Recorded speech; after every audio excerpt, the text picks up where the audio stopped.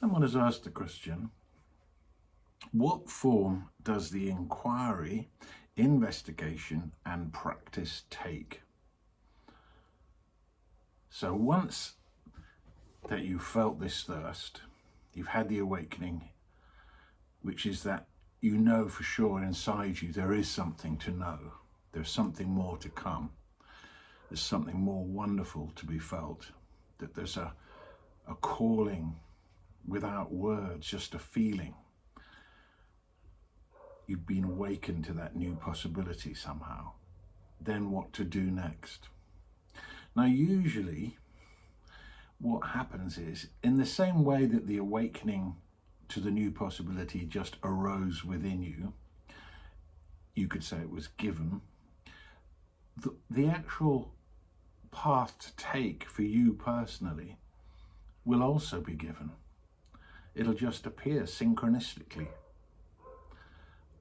meaning it will just, when the time is right, it happens. When the student is ready, the master appears. The master can take the form of another human being, or it can take the form of a teaching, or it can take the form perhaps even of a scripture. But specifically, dealing with the question of who am I? There was one great master who's now left his body, but is still very present in this world, Ramana Maharshi. He said, what to do? The inquiry is simply to ask, who am I? Who am I? Who am I? And let the answer come as insight and experience. You're not looking for a whole set of new ideas. It's not about improving your concept of life. It's about realizing something beyond the realm of the intellect. It's about realizing something beyond the realm of the mind. And he just said, keep asking, who am I? And don't listen to any answer that comes mentally.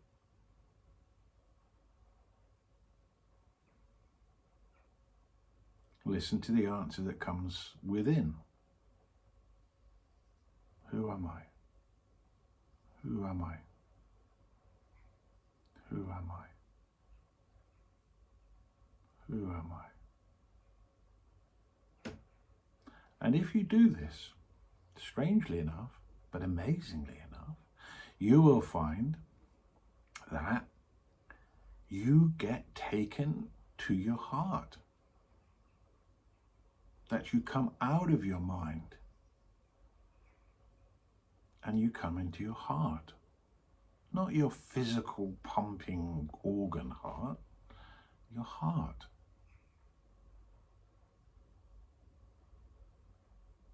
And there your answer is, there your realization is.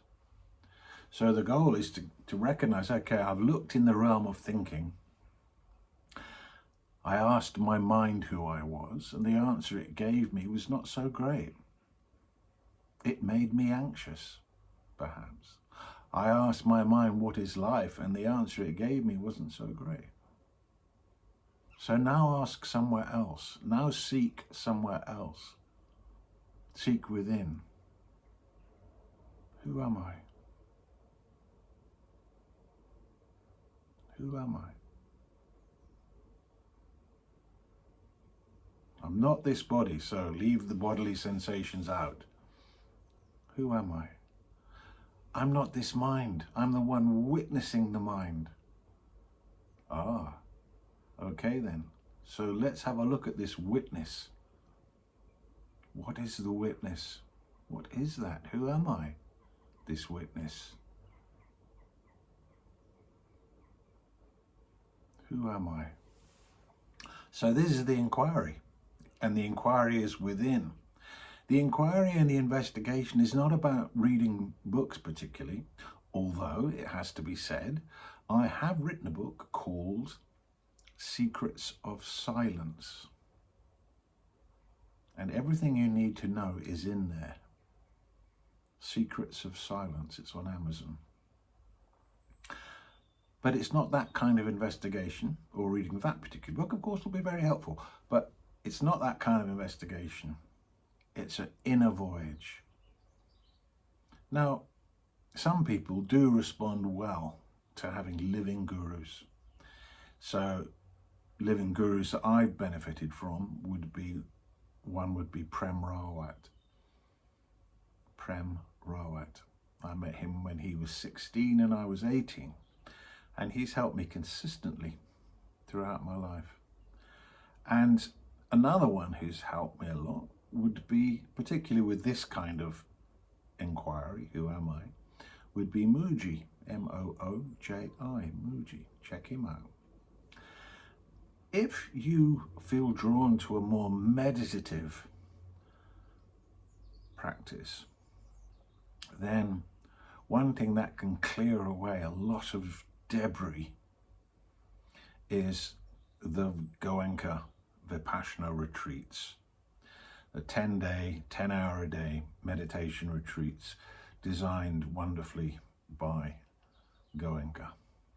And these are, you know, really extraordinary things to do. And they really shift very deep-rooted issues within you.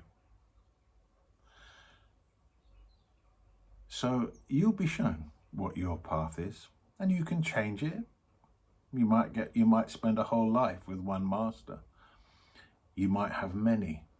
I personally have sat at the feet of many masters. What is important and incredibly helpful is to develop the capacity to be able to listen.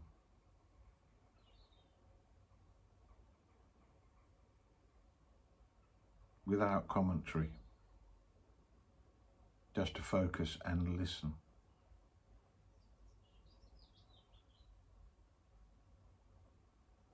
This is one of the quickest ways to access your liberated place. Just by listening. Liberation through listening. Many people can't listen. Even if they're not talking, they're still talking to themselves mentally while you're talking to them. Satsang is a Hindi word, Sanskrit word perhaps, and it means the company or the vibration of truth.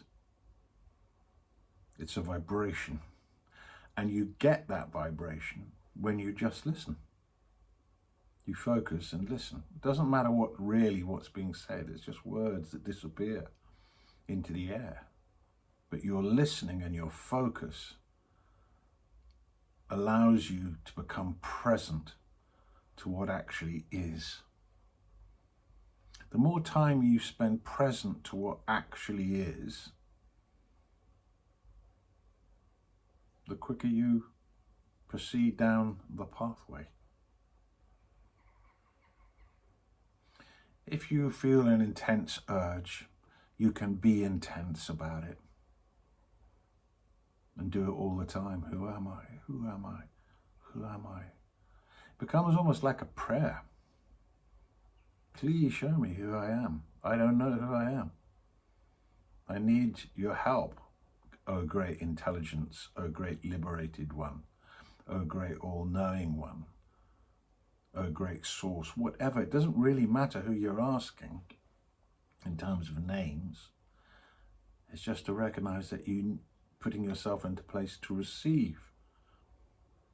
Yeah, I don't know. I would like to know. I need to know. I know I need to know. And amazingly, when you're feeling like this and you keep asking, you keep knocking, the door is opened. Make no mistake, if you knock, that door will open. But you've got to be serious about it. You've got to mean it. You've got to authentically want it not to become great and spiritual, but because your heart is missing something and you know it. You want that connection.